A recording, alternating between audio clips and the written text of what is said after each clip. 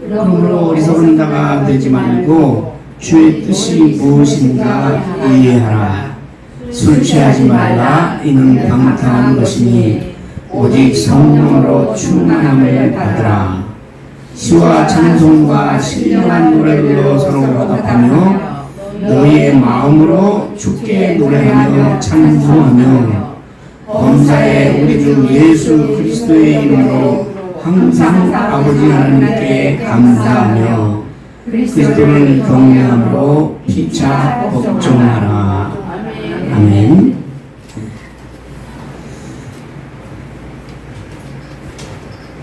에베소서는 바울이 에베소 교회 교인들에게 보낸 편지입니다. 에베소 교회에서의 지금 15절 이전에 특히 에베소서 4장에 보면 너희가 이제 옛사람을 벗어버리고 새사람을 입어야 되지 않겠니? 예수 그리스도를 믿고 이제는 죄악된 옛사람이 아니라 새사람으로 태어났으니 거기에 맞는 옷을 입어야 된다 이 말이죠. 그죠? 옛날에는 지금도 뭐 그런 면이 있지만 옷이 그 사람의 신분을 나타냈어요. 그죠? 귀족이면 귀족이 입는 옷이 있고 평민이면 평민이 입는 옷이 있단 말이에요. 그래서 이제는 네가 하나님의 자녀가 되었으니까 거기에 맞는 옷을 입어야 되지 않니? 그렇게 말했어요. 그래서 그 옷은 뭔지 아냐? 하나님을 본받는 생활이다. 이렇게 말했어요. 요사이도 그렇지만 우리가 예수를 믿는 사람이 고민을 해야 되는 부분은 이제 내가 예수를 믿었으니까 이 세상에서 사는 동안 어떻게 살아야 하지? 그것에 우리가 그것을 두고 우리가 고민하고 심각하게 생각해 봐야 한단 말이에요. 근데 예수 믿는 많은 사람들이 그 부분에 대해서는 그렇게 깊이 생각하지 않아요. 예수 그리스도 십자가의 힘으로 내가 구원받았다, 은혜 받았다, 감사하다. 그러니까 교회 안에서 봉사하고 또 열심히 기도하고 예배드리고 하나님 말씀에 순종하고 그런데 그러면 이 세상에 나가서 또 교회 안에 성도들끼리는 어떻게 살아야 하니? 그런 문제에 대해서는 우리가 심각하게 생각 안 한다. 별개인 줄 알아. 그래서 착하게 살아라. 또 거짓말 하지 마라. 또 그런 얘기를 하면 그건 공자의 말씀인 줄 알아. 근데 우리 기독교인들도 예수 믿는 사람들도 이 세상을 살아가는 윤리라는 게 있습니다. 세상 생활을 어떻게 살아야 하는지 그것에 대해서 바울이 이야기하고 있는 것이 에베소서 4장 25절부터 오늘 읽은 말씀들입니다. 그러니까 하나님을 본받는 생활을 하고 성령을 근심하게 하지 말고 서로 불쌍히 여기며 용서하기를 그리스도 안에서 너희를 용서함같이 하라 라고 말씀하신 다음에 그러므로 5장 1절에 뭐같이 또 나와요. 하나님을 본받는 자같이. 근데 하나님을 본받는 자라는 건 뭐냐면 그것은 사랑 가운데서 행하라 이렇게 여기서 행하라는 얘기는 살아라 그런 말이에요. 서로 사랑하면서 살아라 그런 말이에요. 그럼 본받는다는 얘기 뭔지 아세요? 본받는다는 얘기는 그 사람의 말과 행동을 그대로 똑같이 따라서 하는 것이에요. 그러니까 하나님의 그 말씀 또 하나님의 성품 그걸 우리가 같이 따라서 이야기하고 따라서 행하면서 이 세상을 살아야 되는 것이 기독교인들의 사명입니다.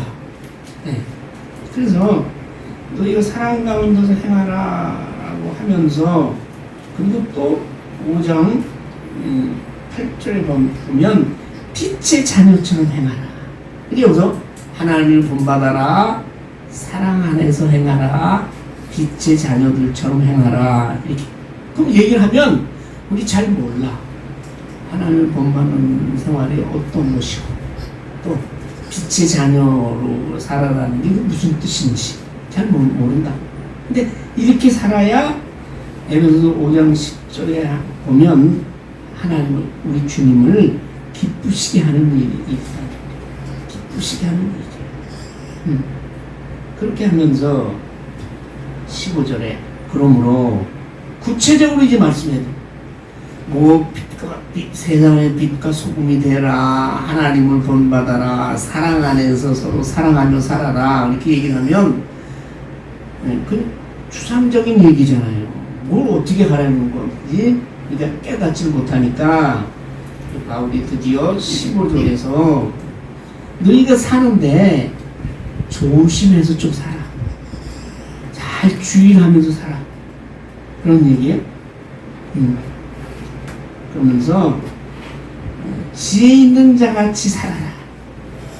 근데 여기서 지혜 있는 자, 지혜라는 건 뭐냐 하면 17절에 보면 주의 뜻이 무엇인지를 알고 깨닫고 거기에 따라서 사는 것이 지혜 있는 삶인 줄 믿습니다. 아멘.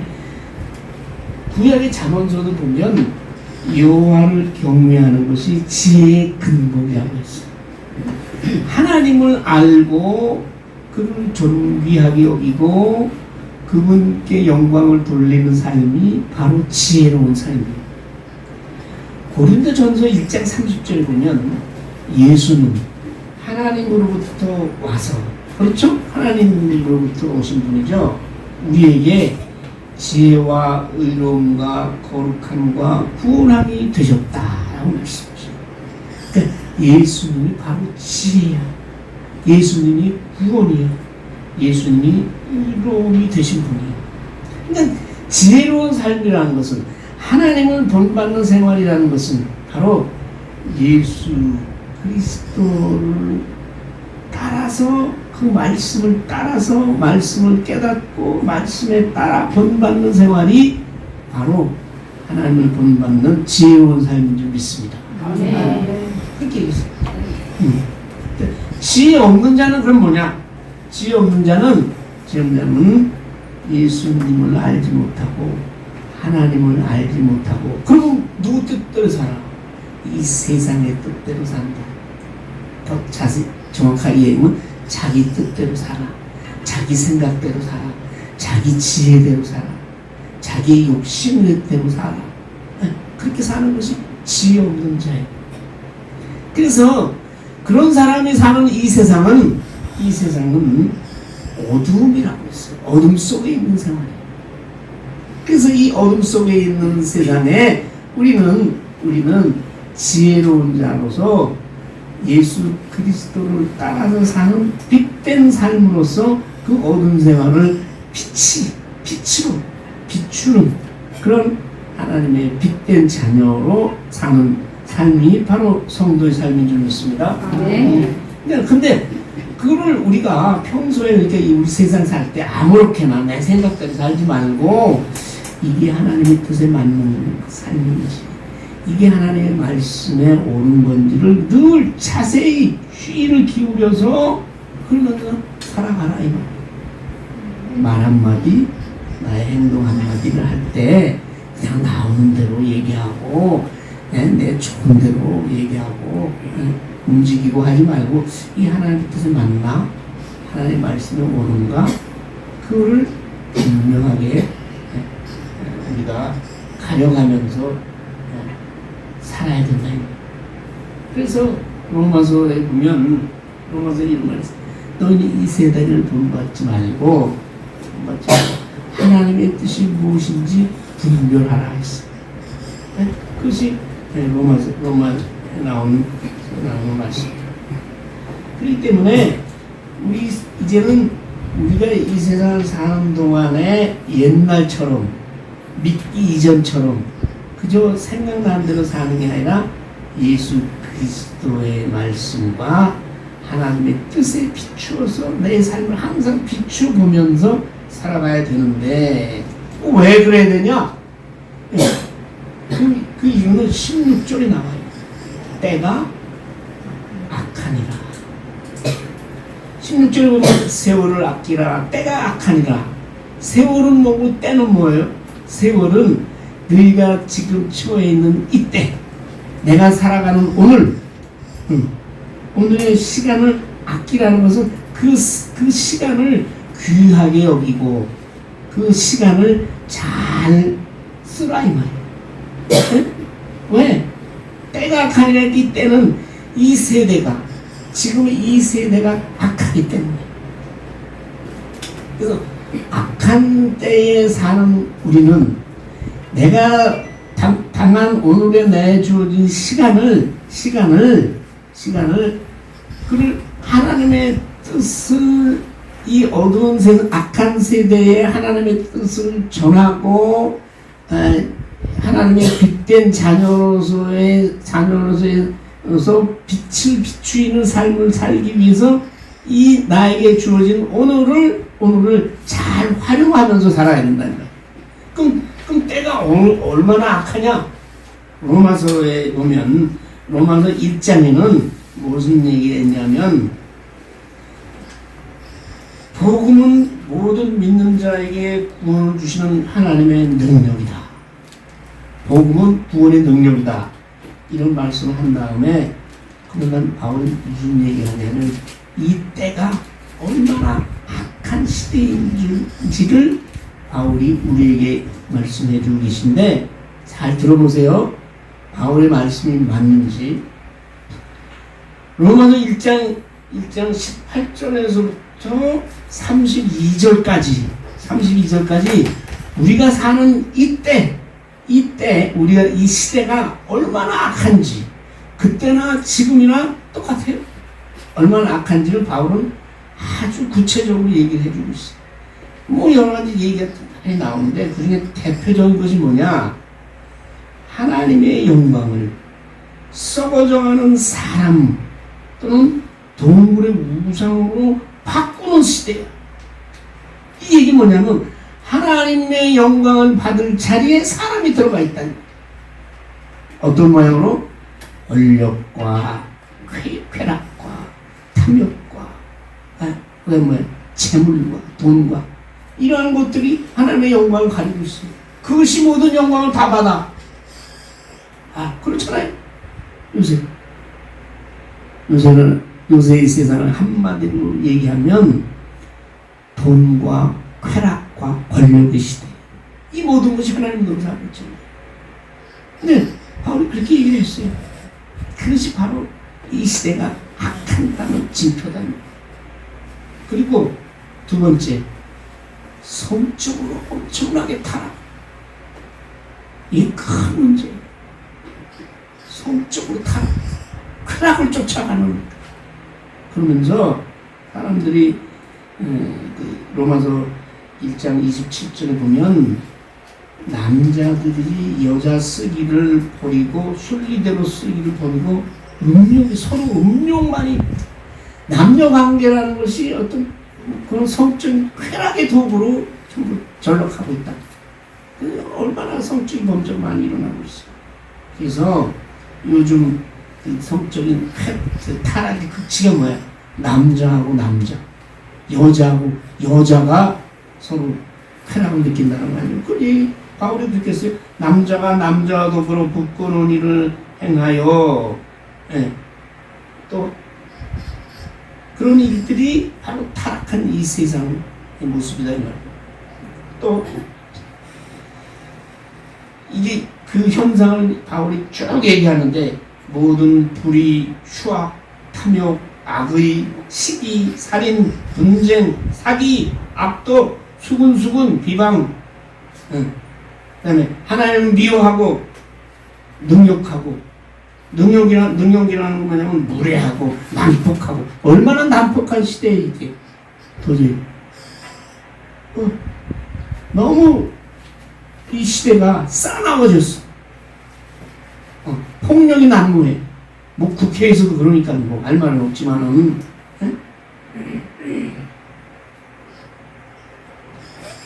그 다음에 교만하고 자랑하고 자랑이라는 것은 자기 있는 것을 다른 사람에게 전하는 것을 얘기하는 게 아니에요. 그게 아니라 자기가 없는데 뭘 가진 것처럼 과장하고 그래서 과시하고 악을 서로 도모하고 또 하나는 부모를 거역하고 우매하고 그 다음에 약속을 헌신짝처럼 버리는 배신의 시대, 무정한 무자비하고 그런 것이 바로 지금 우리가 살아가는 세대인데 그것이 바울의 때나 지금이나 마찬가지입니다. 그래서 바울은 뭐라고 얘기했냐면 이 같은 일을 행하는 자는 사형에 해당한다 라고 하나님께서 정하셨다 이 말입니다. 근데 그걸 알고도 자기들만 행할 뿐 아니라 그런 일을 행하는 자를 옳다고 하느니라 라는 것이 현재 우리가 살아가는 세태예요. 그러한 세태이기 때문에 우리가 이 어둠의 세대에 하나님의 빛을 비추이는 하나님의 자녀로서 한시라도 우리가 이때를 소홀히 낭비하지 말고 우리는 하나님의 자녀로 지혜롭게 살아가야 하느니라. 세월을 아끼라 이렇게 말씀하고 있어요. 17절에 보면 나오죠. 그러니까 하나님을 따라 사는 지혜가 없는 삶은 어리석은 삶이고 주의 뜻이 무엇인지 알지 못하는 삶.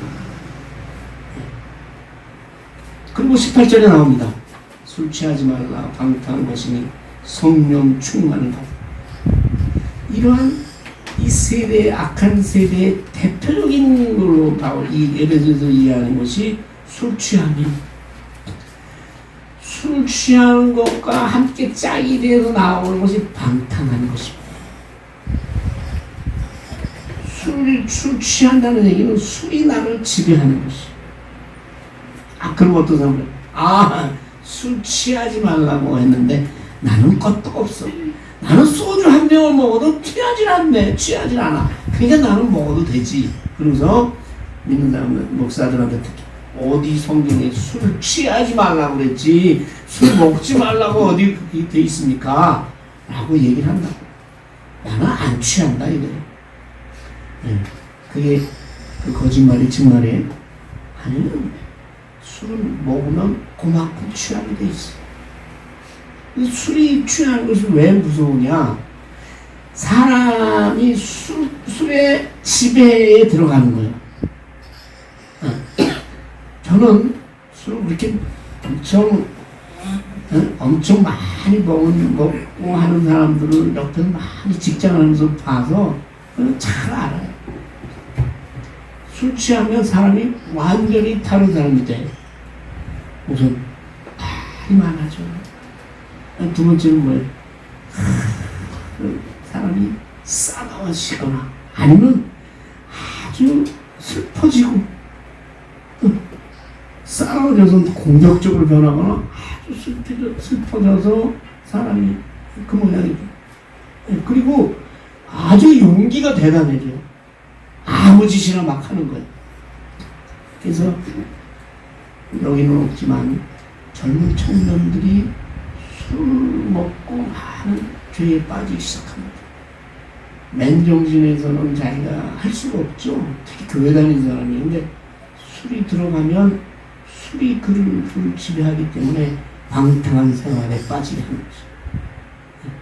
그래서 술 취함과 방탕함은 같은 말. 근데 방탕함 중에서 가장 또 무서운 것이 성적인 타락이 거기 같이 들어가 있어요. 그리고 우상을 따라가게 되어 있어요. 그래서 우상 숭배하는 종교에서는 반드시 술이 따라갑니다. 그렇기 때문에 근데 이것을 우리 인간의 마음과 생각으로는 여기서 벗어날 수 없어요. 그렇기 때문에 그런 술 취함의 유혹과 죄에서 벗어나기 위해서는 우리가 성령으로 충만함을 받아야 되는 줄 믿습니다. 술 취함과 성령 충만, 이것이 지금 대조되는 거예요.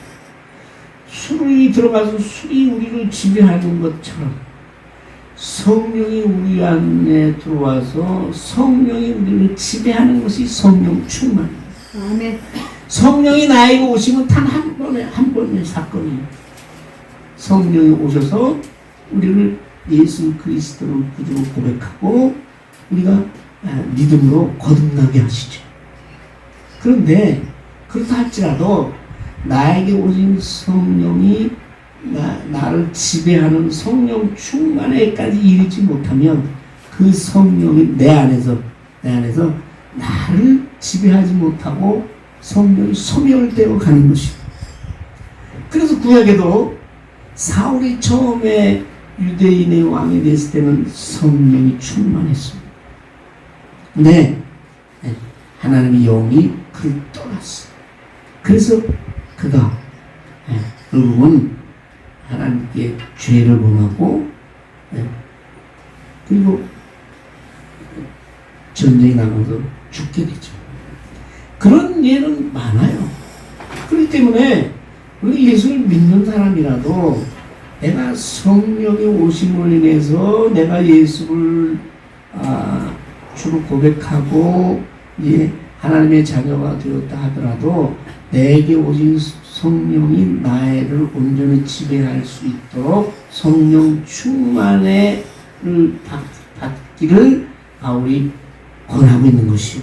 그 성령 충만함만이 우리를 이 세상의 죄악 가운데서 우리를 거기서 건져내고 그 죄악을 우리가 이길 수 있는 능력이 되는 줄 믿습니다. 네. 성령하고 같이 따라다니는 얘기는 능력이요. 같이 따라다니는 얘기는 열매요. 예수님께서 이 땅에 오셔서 많은 천국 복음을 전하시고 귀신을 쫓아내고 많은 질병을 낫게 하시고 죽은 자를 일으키게 하셨잖아요. 그것은 그 하나님의 영이 그분과 함께 하셨기 때문입니다. 우리에게 하나님의 성령이 오셔서 우리를 지배하고 그 성령의 능력으로만이 우리를 죄에서 우리가 건지고 우리가 하나님의 자녀로서의 빛된 하나님을 본받는 생활, 사랑 가운데서 서로 사랑 가운데서 살 수 있도록 하는 그 능력이 성령 충만해서 오는 줄 믿습니다. 네. 그렇게 얘기해요. 그래서 이 성령 충만한 사람에게 나타난 현상이 찬송하는 거예요. 19절에 시와 찬송과 신령한 노래들, 여기는 세 가지를 나왔지만 근데 시라고 한 이 얘기는 요즘 우리가 이제 그런 전통이 있어서 성시 교독을 하지만 옛날 구약에서는 제사를 드릴 때 시편을 낭독했고, 아니 구약이 아니라 옛날 그 초대 그리스도인들 초대교회에서 그때는 신약 시대의 교회에서는 시편을 낭독했어요. 그리고 하나님을 영광 돌리는 영광송을 했고 우리같이 찬송가를 드렸거든요.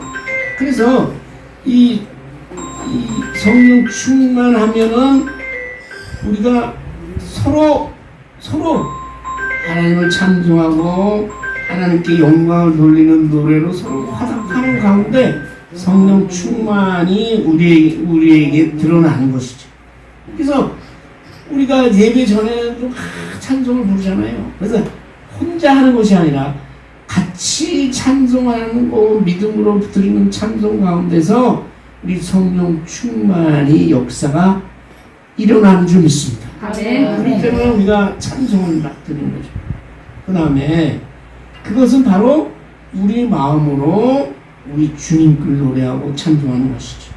그 다음에 또 하나 성령 충만의 현상 가운데 나타나는 것이 모든 일에 항상 하나님께 감사하는 것입니다. 이게 얼마나 힘든지 알아요? 모든 일에 우리가 좋은 일이 있으면 감사하고 남에게 은혜를 받았으면 감사하고 그럴 수 있어요. 근데 항상 슬프거나 아프거나 괴롭고 아프거나 남에게 억울한 일을 당하거나 그런 감사. 그것은요 우리 안에 성령 충만하지 아니하면 우리가 어떻게 감사할 수 있어? 네. 내가 힘든데, 내가 억울한데, 내가 슬픈데, 내가 몸이 너무 아픈데, 너무 속상하는 일이 많은데, 미워 죽겠는데, 근데 어떻게 감사해? 우리 안에 성령님이 오셔서 그분이 우리 안에 우리를 지배할 때는 우리가 어떠한 경우에도 하나님 앞에 감사할 줄 믿습니다. 네. 감사해야 돼. 그리고 항상 범사에 그래서 바울은 항상 기뻐라, 쉬지 말고 기도하라, 범사에 감사하라 하고 얘기했잖아요. 근데 감사는 예수 그리스도의 이름으로 감사하라. 왜 예수 그리스도의 이름으로 감사해야 할까요? 아까도 얘기했지만 감사라는 것은요 무엇인가를 내가 큰 은혜를 입었기 때문에 거기서 나오는 이 작용이요, 응답이요. 근데 왜 예수 그리스도 이름이냐? 예수님께서 날 위해서 죽으셨죠. 나의 죄 때문에 고난당하시고 아픔당하시고 그리고 십자가에서 나의 죄 대신해서 내 죄짐을 지고 죽으셨잖아요. 그 은혜를 생각하라 이 말이에요. 그래서 어떤 사람은 내가 아플 때도 나는 감사한다. 네. 왜? 나의 아플 때 나는 예수 그리스도의 십자가의 고통을 생각한다. 네. 그 찬송을 부른다. 네. 찬송가 144장 예수 나를 위하여 십자가를 질 때 저는 가끔 그 찬송을 들어요. 너무 내가 힘들 때 너무 내가 이 정신적으로나 육체적으로나 너무 바닥에 있어서 아무것도 할 의사도 없고 심한 실패와 상실감과 낭패감에 젖어 있을 때 그 찬송을 이게 가지고 다닙니다. 이제 핸드폰에 이제 전화해서 들어요. 네. 그래도 그런 나를 위해서 예수님이 너를 위해서 죽었잖니. 그래, 네가 예수님처럼 그 정도는 아프냐? 그걸 생각하면서 우리가 나를 위해서 죽으신 예수님께 감사할 수 있잖아요. 그런 감사할 수 있으면 하나님께 감사할 수 있고 지금 내가 처한 상황에 대해서 하나님께 먼저 감사하게 되면 이 나를 둘러싼 주위 둘러싼 사람 환경에 대해서 조건에 대해서도 여러분이 감사하게 될 줄 믿습니다. 그러니까 예수 그리스도의 이름으로 감사해야 되는 거예요. 예수의 이름으로. 예수의 이름을 우리에게 주셨다는 게 예수 그리스도를 우리의 구주로 하나님께서 주셨다는 게 얼마나 놀라운 하나님의 구원의 계획이냐 이 말이에요. 그분이 없으면 우리가 감사할 수가 없어요. 감사하라고 내가 뭐 때문에 감사하냐? 내가 뭘 받은 게 있냐? 나는 감사한 게 없어. 부모를 나는 원망해.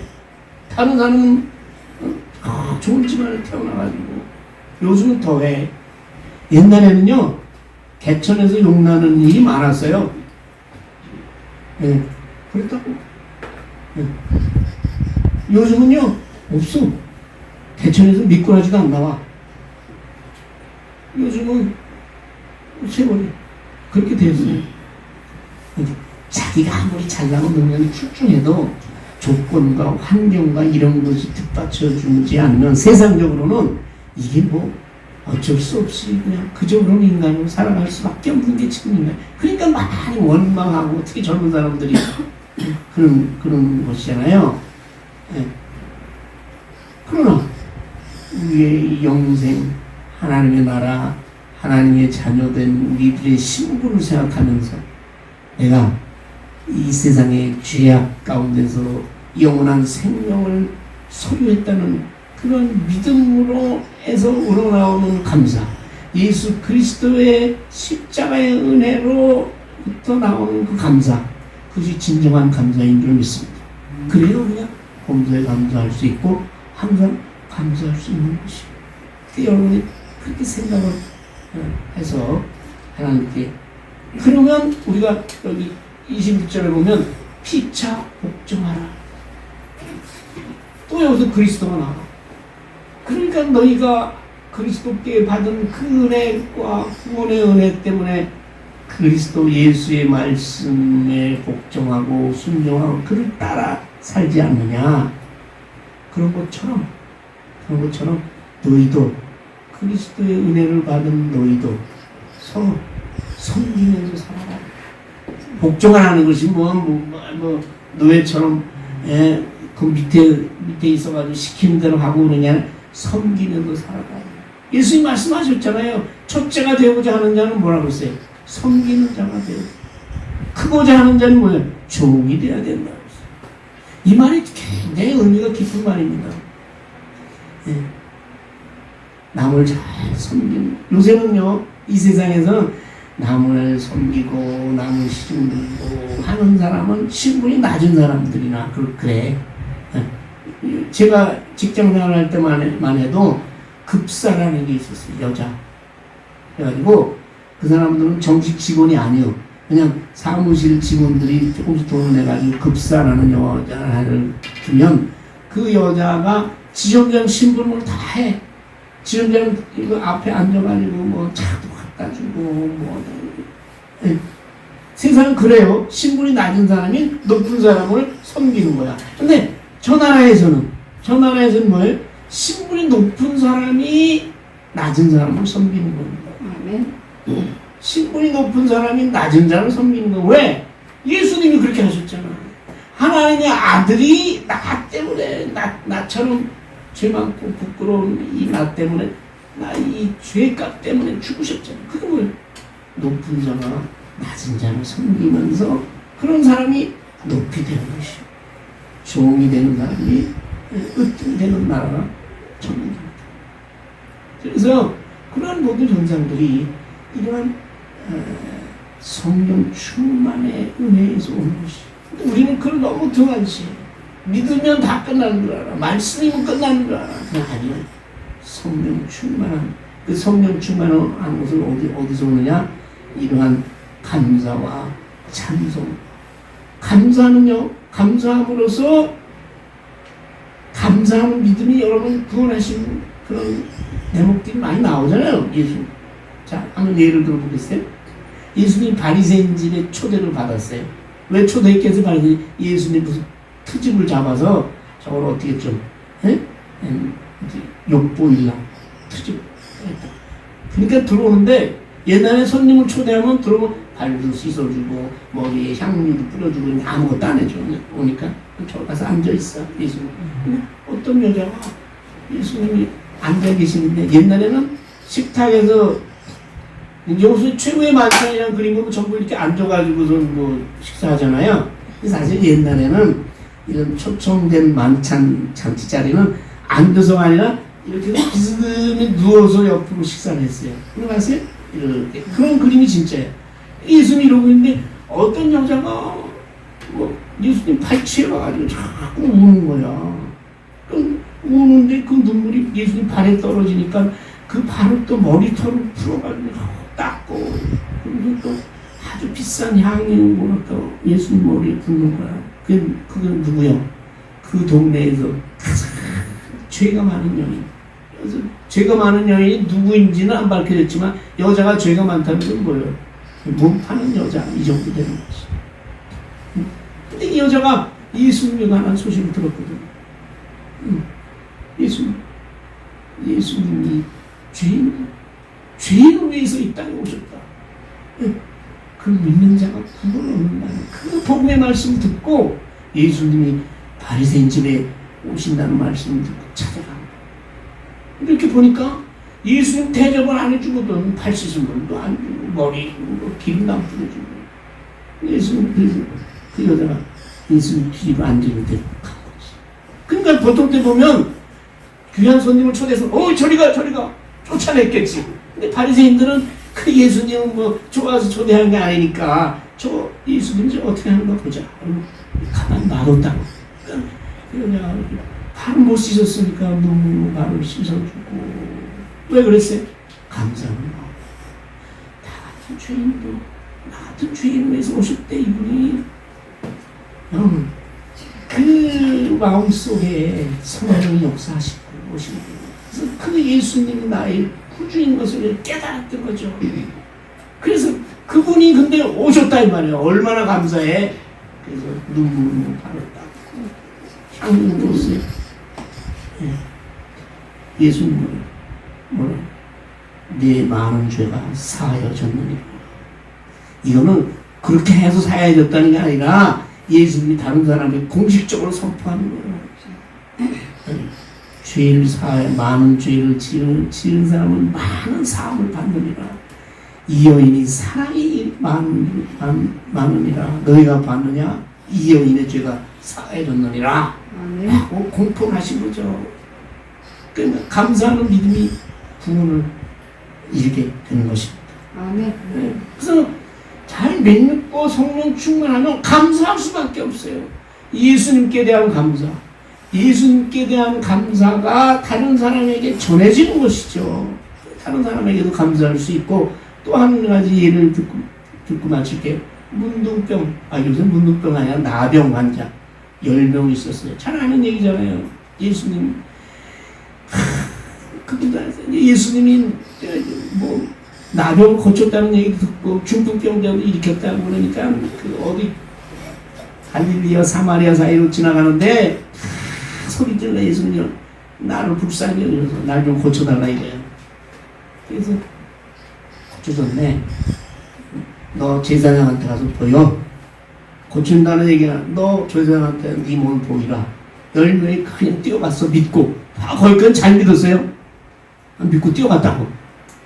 그 뛰어가는 도중에 몸이 아이고 그냥 몸이 흉하고 고름나고 이런데 얼굴이 하얘져가지고 무슨 뭐야 제일 좋은 화장품 뭐야 그거 바르면 하얘진대.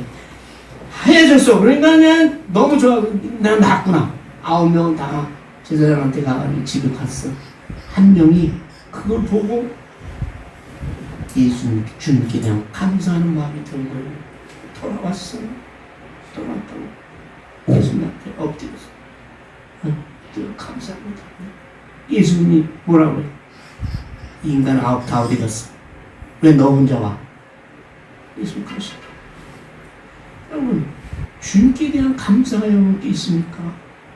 그 감사를 주님께 표시해야 된다. 나타내야 된다. 그러면서 뭐라고 해요? 내 믿음이 너를 구원하였느니라. 이렇게 예수님께 선포하셨잖아요. 뭐 돌아가서 하나에서 구원했다는 게 아니라 이미 자기 나온 것을 보고 예수님께 대한 은혜에 감사하는 그 믿음이 그 안에 들어갔을 때 그건 구원받을 줄 믿습니다. 이렇게 감사와 믿음은 뗄래야 뗄 수가 없는 것이요. 감사는 믿음을 부르고 믿음은 감사를 부릅니다. 그렇기 때문에 여러분 뭐 어떤 사람은 아니 추수감사하면 되지 무슨 또 매추감사야. 이거 뭐 우리도 뭐 밀농사가 안 짓고 어디 밀농사 짓는 데 있더라고. 밀수확하는데 어디더라? 저기 남쪽에 가니까 요새 우리 밀 되더라고. 농사가 안 짓는데 무슨 매추감사야. 또 어떤 사람 더 심한 사람 그래가지고 또 뭐 교회 뭐 헌금이나 거두고 뭐 이래라고 그런 거 아니에요. 바울이 얘기했잖아요. 항상 범사에 감사하라 이거예요. 근데 이걸 잊어버리고 살아. 잊어버리고 살니까 1년에 2번만이라도 다시 우리가 되새기고 하나님께 대한 감사, 주님께 대한 감사가 바로 우리 믿음의 표시고 믿음의 분량입니다. 그런 것을 우리가 깨닫고 세대가 이 악한 세대에서 하나님의 선하시고 기뻐하시고 온전한 뜻이 무엇인지 분별하도록 하라라는 로마서의 말씀처럼 이 하나님의 뜻은 찬송하고 감사하고 하는 것이 그런 귀한 감사가 이 맥주 감사들 뿐만 아니라 여러분들의 일생을 떠나지 않게 되기를 소원합니다. 아버지 하나님 감사합니다. 에베소 교인들에게 우리 너희가 믿었으면 새 사람이 되었으면 하나님 본을 받고 빛의 자녀가 되고 사랑 안에서 행하고 지혜롭게 살고 성령 충만을 받아야 된다고 말씀하십니다. 그리하여 이 세상 악한 세상에 빛된 삶을 살 것을 부탁하며 그러한 삶을 살기 위해서 우리가 찬송하고 서로가 감사하고 서로가 복종하는 삶을 살라고 하십니다. 아버지 하나님, 이 귀한 말씀에 따라서 우리의 일생 동안 우리의 삶 가운데 감사가 항상 넘치게 도와 주시옵소서. 주님에 대한 감사가 넘칠 때 우리 삶에서 또한 감사한 일들이 넘치게 될 줄 믿습니다. 아멘. 우리 어렵고 힘들고 괴롭고 아픈 상황에서도 우리 입에서 불평과 원망과 불만과 저주의 말 대신에 하나님께 대한 감사와 찬양이 우리 입에서 떠나지 않도록 주께서 믿음으로 함께하여 주시옵소서. 예수님의 이름으로 기도하옵나이다. 아멘. 아멘.